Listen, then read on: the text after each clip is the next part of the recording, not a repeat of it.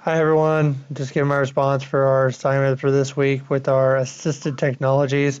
Um, I've never really had to work with assisted technologies in the classroom or pretty much anywhere. It probably happens more than I thought, but um, I guess anything to do with uh, that assisted me would be simple things like I remember reading stuff about mouse pads and using the mouse for the computer, joystick, stuff like that.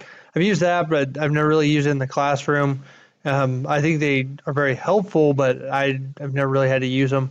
Um, but I thought it was really interesting how they talked about all that stuff and how it could be used. I never really thought of it being used in that way or have people use them in that way for being assisted. Because like I said, I've never had to worry about it. I've never had to deal with anyone that had to worry about it. The only thing I've really had to deal with anyone doing stuff with is either being in a wheelchair or being in special needs. But we never had to go that far to do stuff. I know we've had some kids use like iPads or pads in different ways, and they've used them for that, but nothing really out of the ordinary for us.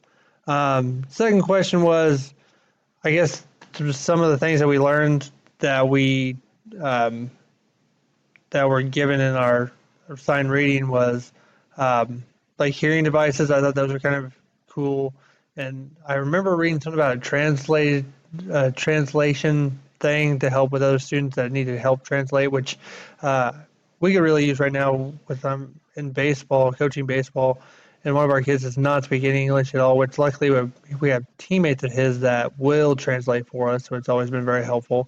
And one of the other things I remember looking at or seeing in our videos and whatever was talking about different like iPads, like I already mentioned before, but all those different things. Those are some of the things I remember seeing in our article. Um, and the last thing is something that I did not see in everything that we learned, or if I didn't see it and I just overviewed it. But one of the things that I thought that could be used for assistive technology is cochlear implants. For some of you guys that don't know about those are pretty neat. They're for people that are deaf or are really hard of hearing, and they can actually implant that into the side of their head, and it actually helps them hear, and it helps deaf people hear. That way, they can have interaction with the world. Obviously, they can't talk as well sometimes, but they are able to hear. And I went through deaf culture when I was in college, and I my mom's parents, both of them were deaf growing up, um, but getting to know more of that technology, I thought is pretty neat because I don't think sometimes we think about things like that we take for granted as hearing things or talking or all that other stuff.